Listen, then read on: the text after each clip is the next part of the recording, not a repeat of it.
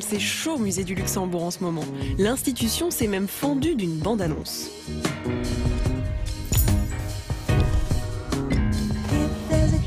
Perruque poudrée, corset et gorge palpitante, nous sommes au cœur d'une icône du libertinage du XVIIIe siècle, un tableau de Jean-Honoré Fragonard intitulé Le Verrou.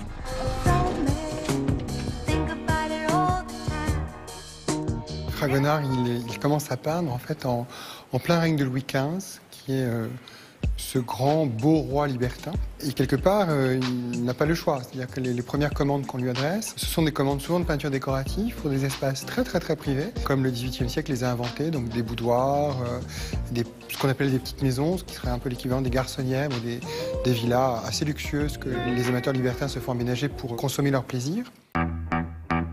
Parmi les commanditaires de Fragonard, Fragot pour les intimes, on compte même des courtisanes comme la célèbre comtesse du Barry, favorite de Louis XV. Rien d'étonnant à ce que le peintre soit passé maître dans la représentation des amours légères, au point de développer un vocabulaire pictural bien à lui. Alors l'amour, selon Fragonard, les 5 commandements.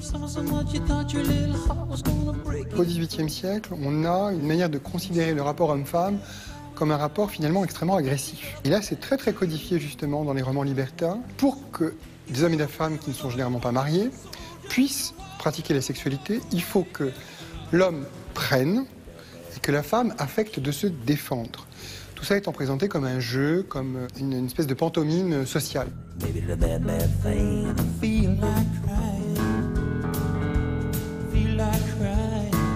Vous avez un tableau qui s'appelle La résistance inutile.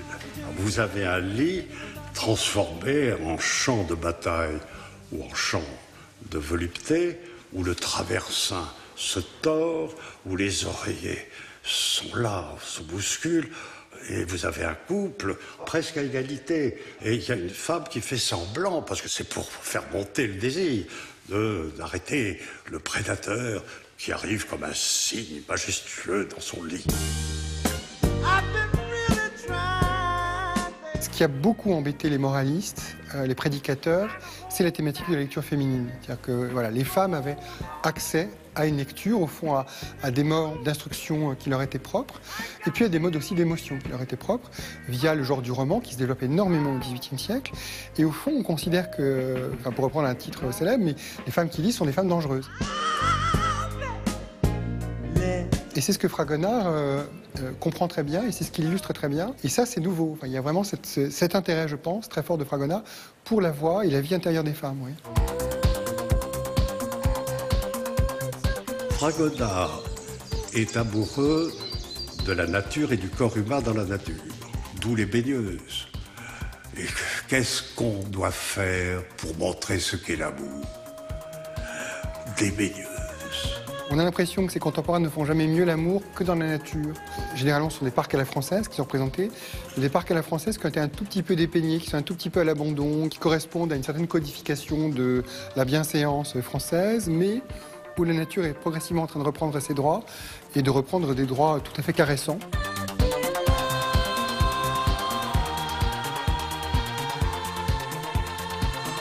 Fragonard, il anticipe de ce point de vue-là la grande littérature romantique que Rousseau est en train d'inventer, une espèce d'idée d'homme naturel, de sentiment de fusion avec la nature.